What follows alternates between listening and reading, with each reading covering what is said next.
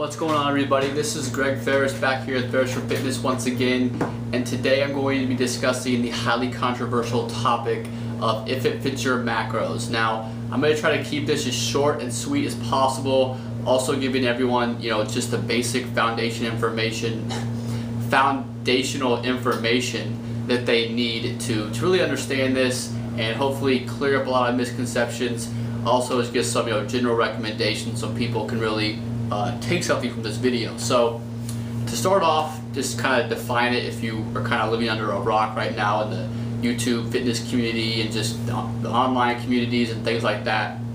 I'm not sure who even generated it, so I'm not going to try to tell people where it started. The first people I really started seeing the acronym from were natural professional bodybuilders. But regardless, the term is IIFYM, or if it fits your macros. So to understand what that really means is macros is just short, an abbreviation for macronutrient, which is, if you look at the name, obviously, just nutrients that we consume in large quantities. So those are usually measured out grams of fat, grams of carbohydrate, and also grams of protein.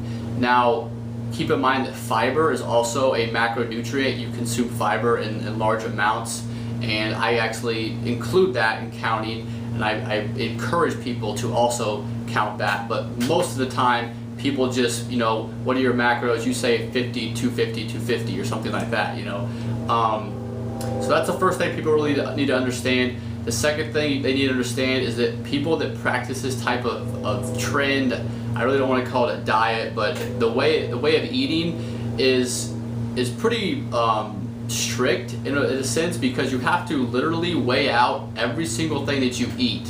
And some people can do that, and some people just think it's irritating and not necessary, and I understand that. I typically do that. That means that if I want some some things you kind of have to weigh out, and some things you don't.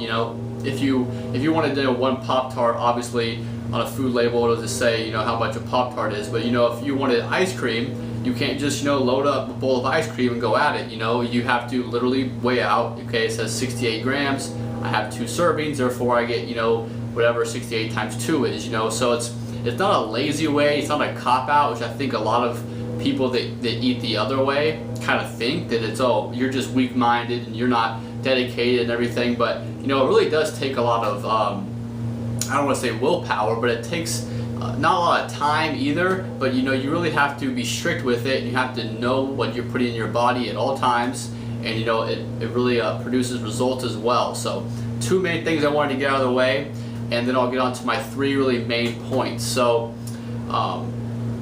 first of all, I wanted to kind of reiterate, this is going to be pretty simple for most people, and I thought it was just kind of comical when I first kind of saw this whole debate if it works and if it doesn't work, and whatever. And the way I explain it to people is that it's a fancy way of saying moderation, and some people might get offended by that and think it's really scientific, but it's not.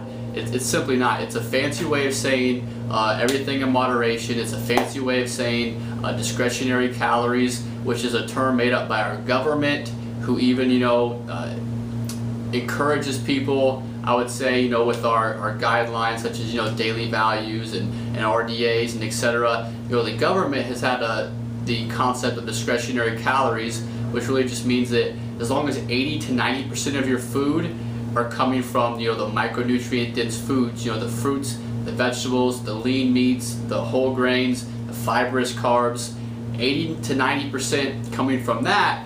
The other 10 to 20% can really come from the other stuff, the brownies and the cupcakes and the ice cream and stuff like that. Again, it's not gonna have, you can't have a lot of that stuff, especially because most of it is so calorically dense. A tiny brownie can pack as much calories as like a huge bowl of strawberries or something. So that's another thing that counting everything that you eat really teaches you. Serving sizes. I was discussing this on Facebook with someone, and I noticed they had like a Pop-Tart and like a really small amount of ice cream. Just looked really small, and I kind of thought to myself, I bet that was 1 serving of ice cream, and I bet he practiced if it fits your macros, because no one else is going to put in just that much ice cream. people that don't really count everything they want, even if they're health conscious, they usually just fill a bowl up with ice cream. And they don't realize that's probably like 3 or 4 or 5 servings of ice cream right there. So that's another good selling point of it, is that it really makes you self-conscious of what a serving size really is, and what how many calories are truly in some of those, you know, quote-unquote dirty foods. So again, it's not a new thing. It's moderation, it's discretionary calories, it's Weight Watchers for bodybuilders. You know, it's essentially, that's what it is. Secondly, like I said, 80 to 90% of your food intake is going to need to come from whole grains, fruits, vegetables, lean meats, like I said, and then the other 10 to 20% can come, you know, from the Pop-Tarts and stuff like that. And you know, my second point is really that you shouldn't replace, you know, it's mainly the carbs, somewhat the fats. People's protein usually is the same regardless of the way they choose to diet, but you don't want to replace those micronutrient dense carbs for, you know, the stuff that's not so micronutrient dense. You simply just want to see what you have left over after all that stuff is hit, and then see if you can work some stuff in. You know, it is not like I sit down in the morning and I say I have 400 carbs and I'm like, okay, that means I can have 2 Pop-Tarts, 2 cinnamon rolls, and a bowl of ice cream or something like that. That's not what it is. It's more so, okay, I've had this much potassium today, I had all my micronutrients, I had 200 grams of protein, I had 35 grams of fiber, and I still have, you know, 30 grams of carbs. And am I feeling some ice cream tonight? Maybe I am, maybe I'm not. And it's a psychological kind of break from the, you know, just rigorous, you know, chicken and broccoli and sweet potato kind of a thing. And that's another thing I want to reiterate. You don't necessarily have to have these foods every single day. You know, I typically don't. I mean, I'm dieting for a show right now, so it's a little different. But I typically don't have those foods every day. It's really just in a sense of when I'm feeling like it. You know, if I have the urge, you know, of course I have all of those needs met, and I don't have a lot of room left over, is because my goal is weight loss, which is another point.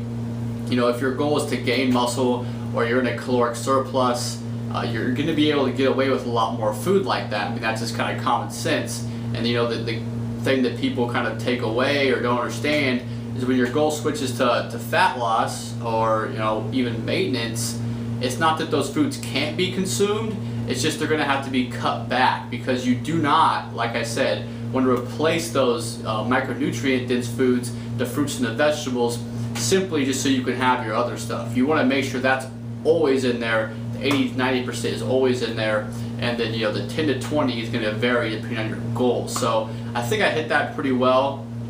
And lastly, I wanted to kind of summarize with an example of why I practice flexible dieting and why I would recommend it for most people. Again, everyone is going to be not different in the sense of their physiological response, but they're going to be different in what they prefer to do, okay?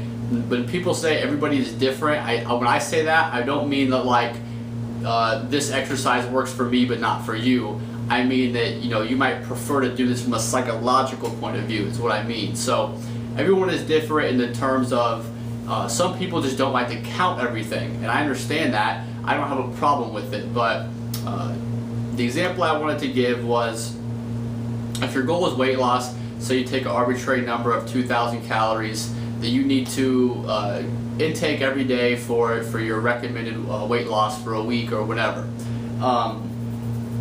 So you take a person, you know, through a 7-day plan, a person doing plan A, and they practice what I do, flexible dieting, and they eat, you know, 80 to 90% of their foods comes from, you know, like I stated, you know, the healthy foods, if you want to call them that, and then the 10 to 20%, whenever they kind of feel like it, as long as it fits in their macros and fits inside their caloric allotment for the day, they could hit that 2,000 calorie mark for 7 days straight. They can kind of be really, you know, psychologically sane. You know, they could maybe go out with a friend, they go out to the restaurant and eat. You know, they can have their favorite foods. They're probably just going to be enjoying their diet a lot better.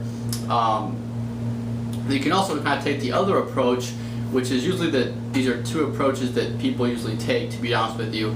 And it's the other approach is usually, for most people that I know that practice this way, is like 6 days of clean eating, which is absurd because people have this person's definition of clean eating could be this person's like, oh my god, you eat that kind of a thing. You know, some people think milk is dirty. Some people think if it's not organic, or you know, so it's really just, it's a vague term. That's why it's a dumb term to call anything that.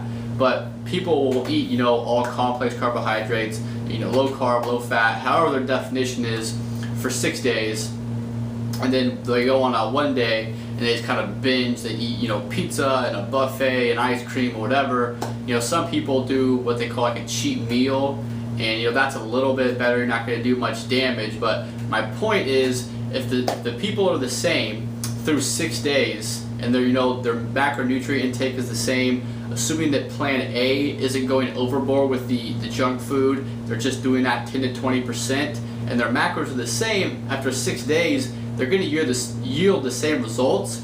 And then that 7th day, when plan B goes into action, and you know, if you talk to anyone who's dieted for a long time, they can tell you they can easily probably go out and eat, you know, double maintenance calories. I know I could right now. I can go out and put down 4,000 or 5,000 calories tomorrow and probably wake up hungry. So my point is, it's incredibly easy to overeat, and when you go out and you kind of have that binge mentality, you can do a lot of damage to your weight loss goals. So you may think that, oh, I just ate super clean for 6 days, I can do whatever I want today. Well, the fact of the matter is, your body doesn't really have any limit to how much fat you can store. So you going out and consuming, you know, 2,000 calories over maintenance can really do some damage. While opposed to plan A, if you kind of just disperse that food out evenly throughout the week, you A, probably wouldn't have ate as much of it because you didn't deprive yourself of it, and B, you would have been a caloric deficit the entire week, therefore your results would have been better. So, you know, person B probably, or the person that practices plan B, probably thinks they're getting superior results, or that my plan's better because I have, you know, I don't know what they think, but when you break it down, it just makes sense. First of all, from a physiological, from a goal standpoint, to do plan A, practice flexible dieting, because you're simply going to consume less calories, and your results are going to be better. I mean, you can't argue that. You can't argue 7 days in a deficit or 14 days in a deficit versus, you know, 10 or 12 when person B is overall consuming more calories. You can't argue that they would get better results. I'm sorry. And obviously, from a psychological point of view, from a social point of view, you don't have to say, oh, well, it's Monday or Tuesday, I can't go out with friends because those are my days I eat clean. Or you don't have to deprive yourself of your foods and, you know, be like, oh man, I really wish I had just, you know, one Pop-Tart today. So, you know, psychologically, physiologically, socially, to me, it's hands down just a better way to think about things. And you just have a better understanding of food.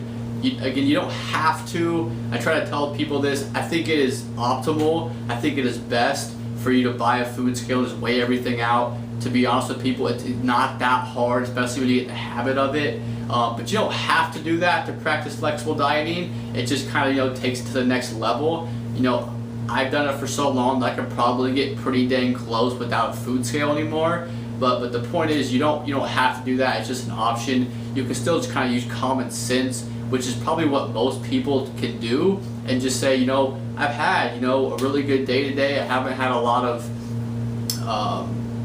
I've had, you know, kind of low calorie, things like that. Maybe I can have, you know, an ice cream bar tonight. It's not going to be a big deal. And another approach to look at it is you could probably weigh your food for a little bit, just kind of get a good idea of how many calories are in this and that. And you know, people are creatures of habit. They tend to eat the same things most of the time, regardless of what diet you approach. You tend to just kind of go back to the same foods. At least I do, for the most part. So once you kind of have an idea of how much that is, you don't need to weigh it all the time if that's a problem for you. So to summarize, guys, just real quick, my first point is this is not some scientifically proven new revolutionary concept. This is a fancy way of saying moderation, Weight Watchers, flexible dieting. It's as simple as that. This is not a new concept. B, if you're going to eat this way, which I propose that you do, you need to get 80 to 90% of your foods from the whole grains, the fruits, the vegetables, the lean proteins, high fiber, etc. The other 10 to 20% can come from the other sources. Lastly, it's just simply going to be optimal from a physiological, a psychological, a social, and anything else you probably want to throw in there point of view as far as your results. And lastly, I wanted to reiterate, make sure people count your fiber and make sure you're not excluding those micronutrient dense foods in order to have the carbohydrates and the fat that might not be so high in micronutrients. So thank you guys for the support as always. Hopefully that cleared up some information on flexible dieting, which is another point I want to make. Something that I kind of want to call it now is flexible dieting, because I think it goes away from that black and white sense of thinking about macros, in the sense of when you tell someone I can eat whatever I want if it fits in my macros. Yes, you can, but they don't get the whole picture. So that's why I tell people, I practice flexible dieting. I eat, quote unquote unhealthy foods in moderation, and I think that just gives it a better light. Other people's opinion really doesn't matter, but it helps people understand the type of eating that a lot of us practice, as opposed to just saying IIFYM, but it's essentially the same thing. So thank you guys for watching this video. Hopefully you got something out of it. Like the video, share the video if you liked it, subscribe to my channel if you like my information, and I will have more information coming soon, guys. Thanks.